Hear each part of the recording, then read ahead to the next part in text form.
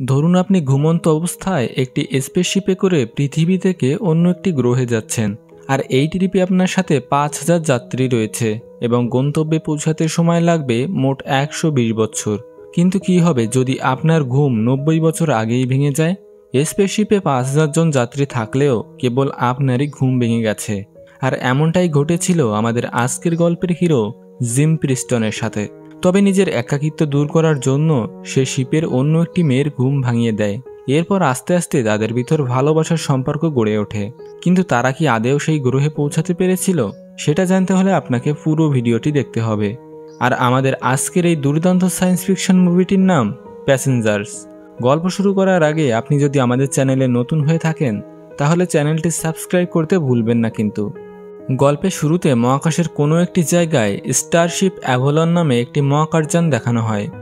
আর এই স্পেসশিপটির গন্তব্য হোমস্টে 2 নামের একটি গ্রহ। বর্তমানে স্পেসশিপটি অটো পাইলট মোডে আছে। আর এখানে মোট 258 জন ক্রু মেম্বার ও 5,000 জন যাত্রী রয়েছে। তবে তাদের সবাইকে আলাদা আলাদা স্লিপিং মডিউলে রাখা ছিল এবং গন্তব্যে পৌঁছানোর ঠিক 3 থেকে 4 মাস আগে তাদের ঘুম ভাঙবে। সাধারণ স্পেসশিপের তুলনায় এটা অনেক অ্যাডভান্স ছিল। সামনে থেকে আসা অ্যাস্ট্রয়েডগুলো স্পেসশিপ নিজে থেকে ডিফেন্স করতে থাকে। তবে সামনে একটি বড় অ্যাস্ট্রয়েড আসলে সেটা থেকে স্পেসশিপ বেঁচে যায় ঠিকই, তবে শিপের ভিতর বেশ কম্পন সৃষ্টি হয়। আর এই কারণে সেখানের একটি স্লিপিং মডিউলে আলো জ্বলতে দেখা যায়। এই ব্যক্তির নাম জিম প্রিস্টন এবং সে আমাদের আজকের গল্পের মেইন ক্যারেক্টার। স্লিপিং মডিউলে যান্ত্রিক ত্রুটির কারণে জিমের ঘুম ভেঙে যায় এবং স্পেসশিপের এআই তাকে ওয়েলকাম জানায়। এআই তাকে জানায় সে 120 বছর পর ঘুম থেকে উঠে পড়েছে আর মাত্র 4 মাস পরে সে হোমস্টে 2 গ্রহে পৌঁছে যাবে। আর এই সময় স্পেসশিপে তাকে প্রয়োজনীয় সব কিছুই দেওয়া হবে। জিমের হাতে একটি ব্রেসলেট দেখা যায় আর এটা এখানে আইডি কার্ডের মতো কাজ করবে। অনেকদিন ঘুমিয়ে থাকার কারণে জিমের কিছুটা মাথা ব্যথা অনুভব হয়। কিছু সময় পর সে তার রুমে চলে আসে এবং তার ঘুম কাটানোর জন্য তাকে এক ধরনের পানীয় দেওয়া হয়। এরপর জিম নতুন ড্রেস পরে একটি কনফারেন্স রুমে চলে আসে। সেখানের আর্টিফিশিয়াল ইন্টেলিজেন্স সবাইকে নিজেদের সিটে বসতে বলে। তবে অবাক করা বিষয় হলো এই রুমে কেবল জিম একাই ছিল। আর্টিফিশিয়াল মহিলাটি সেখানে নতুন গ্রহ সম্পর্কে ধারণা দিতে থাকে। কিছু সময় পর জিম তাকে জিজ্ঞেস করে বাকি লোক কোথায় আছে। আর্টিফিশিয়াল মহিলাটি বলে আমরা সবাই স্টারশিপ অ্যাভলনে রয়েছি। জিম বলে কিন্তু আমি তো এখানে একা আছি। এআই বলে আমরা এখানে 5,000 যাত্রী ও 258 জন ক্রু মেম্বার রয়েছি। এটা শুনে জিমের মাথায় যেন আকাশ ভেঙে পড়ে। কনফারেন্স রুম থেকে বেরিয়ে জিম শিপের বিভিন্ন জায়গায় বাকি লোকদেরকে খোঁজার চেষ্টা করে। কিছু সময় পর জিম অ্যাভলন শিপের গ্র্যান্ড হলে চলে আসে। সেখানে থাকা এআই তাকে বলে বলুন আমি আপনাকে কিভাবে সাহায্য করতে পারি। জিম বলে আমাকে একটি জীবিত মানুষের সাথে কথা বলাও। এআই তখন শিপের ম্যানেজারের কথা বলে এবং সে গ্র্যান্ড হলের 3 তলায় রয়েছে। কিন্তু জিম যখন সেখানে পৌঁছায় সে দেখতে পায় ম্যানেজারের সিটটি খালি পড়ে আছে। এটা দেখে জিমের সব কিছুই অস্বাভাবিক লাগতে শুরু করে। জিম তখন স্পেসশিপের ক্যাপ্টেনের সাথে দেখা করার জন্য শিপের কন্ট্রোল রুমের কাছে চলে আসে, কিন্তু বিশেষ অনুমতি ছাড়া কারোরই কন্ট্রোল রুমে প্রবেশের অনুমতি ছিল না। জিম তখন স্পেসশিপের অন্য একটি রুমে চলে আসে। সেখানের এআই তাকে জিজ্ঞেস করে বলুন আপনি কি দেখতে চান। জিম তখন স্পেসশিপের লোকেশন কোথায় জানতে চায়। তখন এআই বলে আমরা প্রায় 90 বছর পার হতেই হোমস্টে 2 গ্রহে পৌঁছে যাব। জিম তাকে জিজ্ঞেস করে আমরা পৃথিবী থেকে কত আগে রওনা দিয়েছিলাম। এআই বলে সেটা প্রায় 30 বছর আগে। এটা শুনে জিমের কাছে ক্লিয়ার হয়ে যায় যে সে আসলে অনেক আগেই ঘুম থেকে উঠে পড়েছে। জিম তখন অন্য একটি এআইকে জিজ্ঞেস করে পৃথিবীতে সে কিভাবে মেসেজ পাঠাতে পারে। এআই বলে লেজারের মাধ্যমে পৃথিবীতে মেসেজ পাঠানো যায়, তবে এটা বেশ এক্সপেন্সিভ। জিম সেখানে থাকা একটি কম্পিউটারের মাধ্যমে হোমস্টে 2 কোম্পানির সাথে যোগাযোগ করার চেষ্টা করে। এরপর সে একটি ভিডিও রেকর্ড করে তাতে বলে আমাকে সাহায্য করো। স্লিপিং মডিউলে যান্ত্রিক ত্রুটির কারণে আমার ঘুম ভেঙে গেছে আর নতুন গ্রহে পৌঁছাতে এখনও 90 বছর বাকি। এরপর সে যখন সেন্ড বাটনে ক্লিক করে কম্পিউটার জানায় মেসেজটা 19 বছর পর পৃথিবীতে গিয়ে পৌঁছাবে আর সেটার উত্তর আসতে প্রায় 55 বছর সময় লাগবে। এটা শোনার পর জিম পুরো শকড হয়ে যায়। এরপর মন খারাপ করে সে যখন শিপের ভিতরে হাঁটতে থাকে তখন হঠাৎ জিম সেখানে একটি লোককে দেখতে পায়। লোকটাকে দেখে জিম অনেক খুশি হয়, কারণ কথা বলার মতো কাউকে তো একটা পাওয়া গেল। কিন্তু জিমের এই খুশি খুব শীঘ্রই মাটি হয়ে যায়। আসলে এটা একটা রোবট ছিল যার নাম আর্থুর। পরের দিন সকালে জিম ব্রেকফাস্ট করার জন্য একটি বড় রুমে যায়, কিন্তু এখানে তাকে তার পছন্দ অনুযায়ী খাবার দেওয়া হয় না। এখানের ভালো খাবারগুলো কেবল গোল্ড ক্লাস মেম্বাররাই নিতে পারবে। যেহেতু জিম গোল্ড ক্লাস মেম্বার ছিল না, তাই তাকে লো গ্রেডের খাবার দেওয়া হয়। কিছু সময় পর জিম সেখানে স্লিপিং মডিউলের একটি ইনস্ট্রাকশন বই খুঁজে পায়। আর যেহেতু জিম একজন মেকানিক ছিল, সে তার স্লিপিং মডিউলটি ঠিক করার চেষ্টা করে। একটা সময় সে সেটা ঠিক করে ফেলে এবং ঘুমানোর জন্য সেটার ভেতরে ঢুকে পড়ে, কিন্তু তাতে কোনো লাভই হয় না। এরপর জিম হাতুড়ি ও অন্যান্য জিনিস নিয়ে কন্ট্রোল রুমের দরজা খোলার চেষ্টা করে, কিন্তু এটা এতটাই মজবুত ছিল যে সেটা ভাঙা তার পক্ষে অসম্ভব ছিল। অন্যদিকে দেখা যায় স্পেসশিপে বেশ কয়েক জায়গায় যান্ত্রিক ত্রুটি শুরু হয়ে যায়। আর্থুরের বারে গিয়ে জিম তাকে বলে, আমি হয়তো এই স্পেসশিপে আটকা পড়ে গেলাম, আর হয়তো আমাকে এখানেই মারা যেতে হবে। আর্থুর তাকে বলে যা আমাদের ক্ষমতার বাইরে সেটার আশা ছেড়ে দেওয়াই ভালো এবং বর্তমান সময় থেকে জীবনের মজা নেওয়া উচিত। এরপর থেকে জিম স্পেসশিপে থাকা সব ধরনের বিনোদন উপভোগ করতে থাকে। প্রথম এইসব কিছু ভালো লাগলেও একটা সময় এতেও তার একঘেয়েমি লেগে যায়। এরপর একদিন জিম অন্য একটি রুমে চলে আসে এবং সেখান থেকে সে স্পেস স্যুট পরে নেয়। আসলে এখান থেকে বাইরের সুন্দর দৃশ্য দেখার জন্য যাত্রীদের বিশেষ ব্যবস্থা ছিল।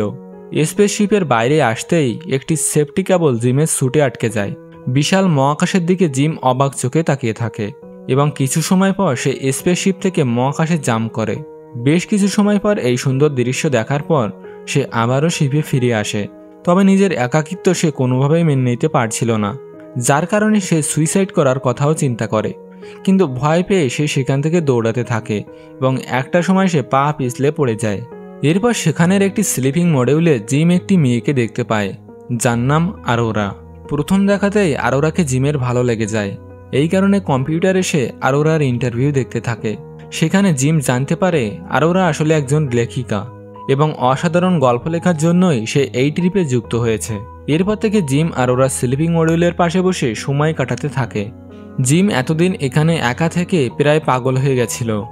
একটা সময় সে আরোরার ঘুম ভাঙানোর কথা ভাবে, কারণ এতে করে তার একাকিত্ব দূর হয়ে যাবে। সে জানতো এটা করলে অরোরাও তার সাথে এই স্পেসশিপে ফেসে যাবে। জিম প্রায়ই আর্থুরের বারে গিয়ে বলতো সে আর অরোরার বিষয়ে একদমই ভাববে না, কিন্তু একটা সময় জিম তার ডিসিশন নিয়ে নেয়। মডেল ইনস্ট্রাকশন বই ও কিছু টুলস নিয়ে সে আরোরার স্লিপিং মডিউলের কাছে চলে আসে। এরপর একটি শর্ট সার্কিট করে জিম অরোরার স্লিপিং মডিউলটি খুলে ফেলে। অরোরা চোখ খোলার আগেই জিম সেই টুলসগুলো নিয়ে সেখান থেকে পালিয়ে যায়। পরবর্তীতে গ্র্যান্ড হলে জিম আরোরার সাথে মিট করে। আরোরা তাকে বলে, আমাদের জায়গার 1 মাস আগে ক্রু মেম্বারদের জেগে ওঠার কথা, কিন্তু এখানে তো কাউকেই দেখা যাচ্ছে না। জিম বলে, আমি আর তুমি ছাড়া এখানে বাকি সবাই ঘুমিয়ে আছে। এরপর জিম আরোরাকে সেই আর্টিফিশিয়াল রুমে নিয়ে যায়, যেখানে বলা হয় 89 বছর পর তারা তাদের গন্তব্যে পৌঁছে যাবে। জিম বলে বাকি যাত্রীরা ঠিক সময় ঘুম থেকে উঠবে, কিন্তু আমরা অনেক আগেই ঘুম থেকে উঠে পড়েছি। এরপর সে অরোরাকে কন্ট্রোল রুমের কাছে নিয়ে যায় এবং বলে ক্রু মেম্বার ও অন্যান্য গুরুত্বপূর্ণ জিনিসপত্র রুমের ভেতরেই রয়েছে, তবে এই রুমের দরজাটা ভাঙা অসম্ভব। অরোরা জিমের কাছে জানতে চায় তার ঘুম কত আগে ভেঙেছিল। তখন জিম বলে প্রায় 1 বছর 3 সপ্তাহ আগে। আরোরা তখন সেখান থেকে দৌড়ে স্লিপিং মডিউলের কাছে চলে আসে। আসলে সে আবারও সেখানে ঘুমিয়ে পড়ার কথা ভাবছিল, কিন্তু জিম তাকে বলে স্লিপিং মডিউলগুলো এমনভাবে বানানো হয়েছে যাতে এগুলো নির্দিষ্ট সময় পর ঘুম ভাঙাবে, কিন্তু এতে পুনরায় ঘুমানো সম্ভব নয়। এরপর আরোরা জিমকে গুড নাইট বলে চলে যায়। পরের দিন সকালে আরোরা ও জিম ব্রেকফাস্ট করতে যায়। দেখা যায় আরোরা সেখানে গোল্ড ক্লাসের খাবার নিয়ে আসে। অন্যদিন জিম 1 বছর ধরে লো গ্রেডের খাবারই খেয়ে যাচ্ছে। এটা দেখে অরোরা তখন তার আইডি দিয়ে জিমের জন্য গোল্ড ক্লাসের খাবার নিয়ে আসে। এরপর আরোরাও সেই কন্ট্রোল রুমের দরজা ভাঙার চেষ্টা করে, কিন্তু তাতে কোনো লাভই হয় না। আরোরা তখন বুঝতে পারে সে এখান থেকে আর বের হতে পারবে না। তখন সে একটি বই লিখতে শুরু করে, যেটা সে হোমস্টে 2 গ্রহে গিয়ে শেষ করবে। পরের দিন আরোরা জিমের ইন্টারভিউ নিতে যায়। জিমকে সে জিজ্ঞেস করে সে কেন পৃথিবী ছেড়ে এই ট্রিপে যুক্ত হয়েছে। জিম বলে পৃথিবীতে কোনো জিনিস নষ্ট হলে এখন আর তা ঠিক করা হয় না, বরং সেটা নতুন কিনে নেওয়া হয়, আর এই কারণে সেখানে মেকানিকের আর প্রয়োজন হয় না। তবে একটি নতুন পৃথিবী গড়তে অবশ্যই একজন মেকানিকের দরকার হবে। যেহেতু জিম একজন মেকানিক, এই কারণে হোমস্টেড কোম্পানি তাকে এই ট্রিপে ডিসকাউন্টও দিয়েছে। আরোরা জানায় সে নতুন গ্রহে 1 বছর থাকতে চেয়েছিল। এরপর একটা বই লিখে সে আবারও পৃথিবীতে ফিরে যাবে। এতে করে এই বইটির মাধ্যমে সে পৃথিবীতে একজন ফেমাস রাইটার হয়ে যাবে এরপর থেকে আরোরা ও জিম স্পেসশিপের ভিতর বাস্কেটবল খেলা, ডান্স করা, সিনেমা দেখা সহ বিভিন্ন ধরনের বিনোদন নিতে থাকে। জিম সেখানের একটি রোবটকে ঠিক করে সেটা ম্যানুয়ালি কন্ট্রোল করে। এরপর সেটার মাধ্যমে সে অরোরার কাছে একটি চিঠি পৌঁছে দেয়। চিঠিতে জিম তাকে ডিনার অফার করে, আর অরোরাও জিমের অফারটা অ্যাকসেপ্ট করে নেয়। রাতে সে অরোরার রুমে চলে আসে। এখানে অরোরাকে নতুন ড্রেসে অনেক গর্জিয়াস লাগছিল।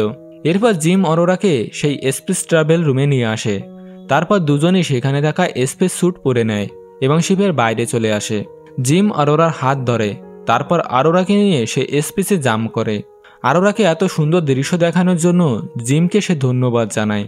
এরপর স্পেস থেকে ফিরে তারা একে অপরকে কিস করে, আর এভাবেই তারা পরস্পরের অনেক কাছে চলে আসে। এরপর থেকে তাদের দুজনের বেশ ভালো সময় কাটতে থাকে।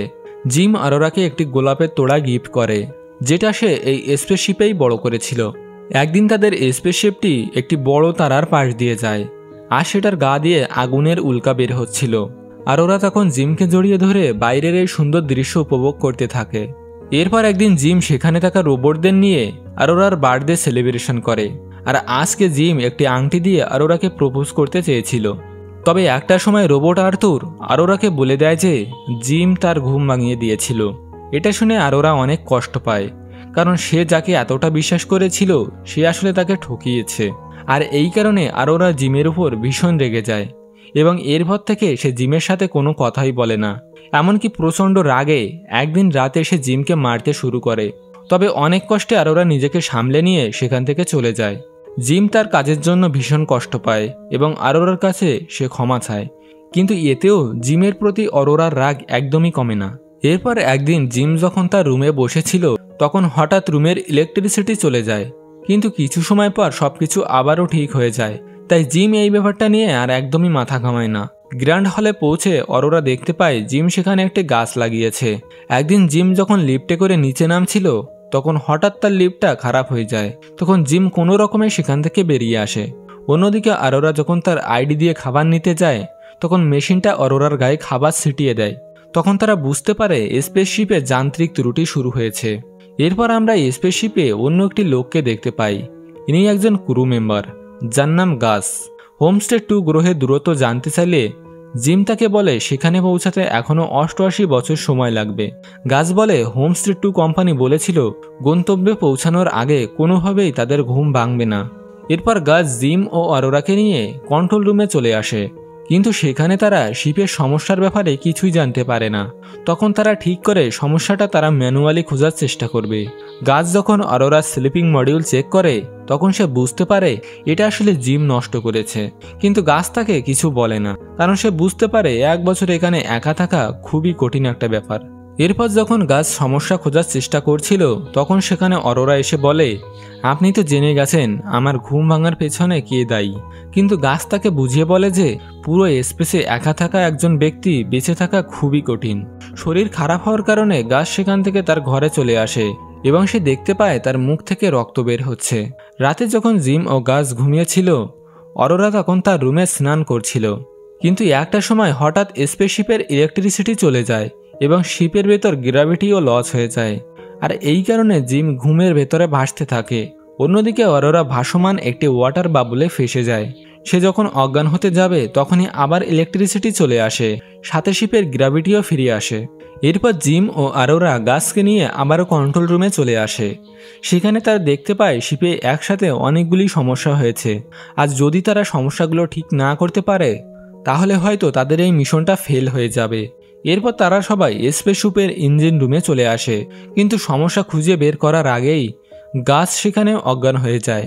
এরপর তারা যখন গাছের শরীর স্ক্যান করে তারা জানতে পারে গাছের শরীরে মোট 612 ধরনের রোগ রয়েছে। গাছ তার আইডির মাধ্যমে জানতে পারে তার শরীরের টিস্যু খারাপ হয়ে যাচ্ছে। সেখানের কম্পিউটার তাকে বলে এটা চিকিৎসা করা গেলেও রোগীর শরীরে কোনো পরিবর্তন আসবে না। তখন গাছ বুঝতে পারে সে হয়তো আর বেশি দিন বাঁচবে না। এই কারণে সে ভীষণ ভেঙে পড়ে এবং কিছুদিন সে একা একা থাকতে চায়। অন্যদিকে স্পেসশিপের প্রবলেমগুলো আরও ভয়ানক হতে থাকে, যার কারণে শিপে ওয়ার্নিং দেওয়া হয়। জিম ও অরোরা তখন গাছের কাছে যায়। গাছ তাদেরকে পরস্পরের খেয়াল রাখতে বলে এবং তার আইডিটি সে তাদেরকে দিয়ে দেয়, যাতে করে তারা শিপের যে কোনো জায়গায় যেতে পারে। গাছ বলে শিপের সমস্যা খুঁজে বের করে সেটা সলভ করতে। দেখা যায় কিছু সময় পর গাছ সেখানে মারা যায়। এরপর জিম ও আরোরা দৌড়ে ইঞ্জিন রুমে যেতে থাকে। ততক্ষণে শিপের অবস্থা আরও খারাপ হয়ে গেছে। তারা দেখতে পায় আর্থুরের সিস্টেমও উল্টোপাল্টা কাজ করছে। এই কারণে জিম তার মেমোরি কার্ডটি খুলে নেয়। এরপর তারা স্পেসশিপের বড় ইঞ্জিন রুমে চলে আসে। তারা যখন সেখানের পাওয়ার প্ল্যান্টে পৌঁছায়, দেখা যায় সেখানে একটি ছিদ্র হয়ে গেছে এবং সেটা সব কিছুই নিজের দিকে টেনে নিচ্ছে। তখন জিম কোনো রকমে সেখানে থাকা ছিদ্রটি বন্ধ করে দেয়। তারা দেখতে পায় সেখানে একটা নয়, বরং অনেকগুলি ছিদ্র হয়ে গেছে। এরপর তারা যখন পাওয়ার সাপ্লাই রুমে পৌঁছায়, তখন তারা দেখতে পায় সেখানে রিঅ্যাক্টর ঠিকভাবে কাজ করছে না। এই কারণে স্পেসশিপে যান্ত্রিক ত্রুটি শুরু হয়েছে। জিম তখন সেখানে রিঅ্যাক্টর ঠিক করে ফেললেও দেখা যায় সেখানে অনেক হিট আটকা পড়ে গেছে। জিম তখন সেখানে থাকা হিট বের করে দেওয়ার চেষ্টা করে, কিন্তু বাইরে থেকে সেটার দরজা খুলছিল না। আর যদি তারা এই হাই টেম্পারেচার বের করে না দিতে পারে, তাহলে রিঅ্যাক্টর ব্লাস্ট হয়ে পুরো স্পেসশিপটি ধ্বংস হয়ে যাবে। জিম তখন ঠিক করে সে শিপের বাইরে গিয়ে দরজাটা খোলার চেষ্টা করবে, আর তখন অরোরা হ্যান্ডেল টেনে আটকানো হিট বের করে দেবে। এরপর জিম স্পেস স্যুট পরে শিপের বাইরে চলে যায়। অন্যদিকে পাওয়ার সাপ্লাই রুমের টেম্পারেচার এতটাই বেড়ে যায় যে অরোরা সেখানে থাকা হ্যান্ডেলটি খালি হাতেও ধরতে পারছিল না। জিম বাইরে গিয়ে সেই দরজাটি খুলে ফেলে। তবে সমস্যা হলো, জিম সেখান থেকে সরে গেলেই সেই দরজাটা আবার বন্ধ হয়ে যাচ্ছে। এই কারণে জিম ঠিক করে সে এখানে থেকেই দরজাটি খোলা রাখবে। জিম আরোরাকে রিঅ্যাক্টর খুলে দিতে বলে, কিন্তু আরোরা বলে এটা করলে তুমি সেখানে মারা যাবে। কিন্তু জিম জানায় এটা ছাড়া তাদের কাছে আর কোনো উপায় নেই, আর যদি তারা এটা না করে তাহলে শিপে ঘুমিয়ে থাকা বাকি সব লোক মারা যাবে। কোনো উপায় না পেয়ে আরোরা তখন সেই হ্যান্ডেলটি টেনে দেয়, আর তখন শিপে আটকে থাকা সমস্ত হিট জিমের শরীর ক্রস করে বাইরে যেতে থাকে। জিম তার কাছের একটি প্রোটেকশনের মাধ্যমে হিট থেকে নিজেকে বাঁচানোর চেষ্টা করে। তবে কোনো একটা সময় জিমের পা পিছলে যায় এবং সে শিপের বাইরে ছিটকে যায়। আর প্রচণ্ড গতিতে বাইরে যাওয়ার কারণে তার ছুটি আটকানো সেফটি কেবলটিও ছিঁড়ে যায়।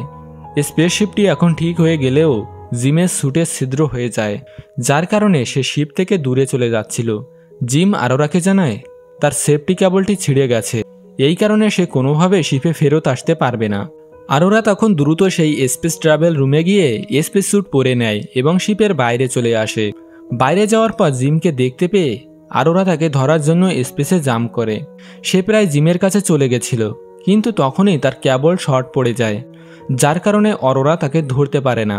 তবে সৌভাগ্যবশত সে জিমের সেই সেফটি কেবলটা ধরে ফেলে এবং জিমকে সে স্পেসশিপে ফিরিয়ে নিয়ে আসে। শিপে আনার পর আরোরা জিমের বডি স্ক্যান করে, কিন্তু কম্পিউটার জানায় জিম সেখানে মারা গেছে। তখন আরোরা গাছের আইডির মাধ্যমে একসাথে সব অপারেশন শুরু করার কমান্ড দেয়। তখন সব অপারেশন একসাথে শুরু হয়ে যায়, আর কিছু সময় পর জিমের জ্ঞান ফিরে আসে। আর এটা দেখে আরোরা অনেক খুশি হয় এবং সে জিমকে কিস করে। এরপর জিম ও আরোরা আবারও স্পেসশিপটাকে আগের মতো করে ফেলে। গাছের ডেড বডিকে সম্মান জানিয়ে তারা তাকে স্পেসে ছেড়ে দেয়। এরপর জিম আরোরাকে বলে অটোডকের মাধ্যমে শরীর স্থির করে আবারও ঘুমানো সম্ভব। যেহেতু সেখানে একটি অটোডক ছিল, জিম আরোরাকে সেখানে ঘুমানোর জন্য বলে। সে বলে তুমি যখন ঘুম থেকে উঠবে তখন তুমি একটি নতুন গ্রহে পৌঁছে যাবে, তুমি সেখানে তোমার বইটিও লেখা শেষ করতে পারবে। কিন্তু আরোরা তার এই কথায় রাজি হয় না। এরপর জিম আরোরাকে সেই রিংটি পরিয়ে দেয়, যেটা আসলে সে অনেক আগেই তাকে দিতে চেয়েছিল। এরপর জিম ও আরোরার বাকি জীবন এই স্পেসশিপেই কেটে যায়, আর তাদের সাথে ঘটে যাওয়া সব ঘটনা সে তার বইটিতে লিখে ফেলে। 88 বছর পর স্টারশিপ অ্যাভলন হোমস্টে 2 গ্রহে পৌঁছে যায়। শিপের সব ক্রু মেম্বাররা ঘুম থেকে উঠে যায় এবং তারা যখন গ্র্যান্ড হলে পৌঁছায়, তারা সেখানে অনেকগুলো গাছপালা দেখতে পায়। আসলে জিম ও আরোরা এত বছর ধরে সেখানে গাছগুলো বড় করেছিল, আর একসাথে অনেকদিন কাটানোর পর হয়তো স্পেসের কোনো এক জায়গায় তাদের মৃত্যুও হয়ে গেছিল। নতুন গ্রহে পৌঁছানোর পর আরোরার লেখা বইটি হয়তো মানুষের কাছে চিরদিন বেঁচে থাকবে। হয়তো তারা নতুন গ্রহে পৌঁছাতে পারেনি, তবে তারা বর্তমানকে মেনে নিয়ে নিজেদের জীবনকে ভালোভাবে উপভোগ করেছিল। তো বন্ধুরা, কেমন লাগলো আমাদের আজকের গল্পটি সেটা আমাদের কমেন্ট বক্সে জানাতে ভুলবেন না। কিন্তু দেখা হবে পরবর্তীতে নতুন কোনো মুভির গল্প নিয়ে।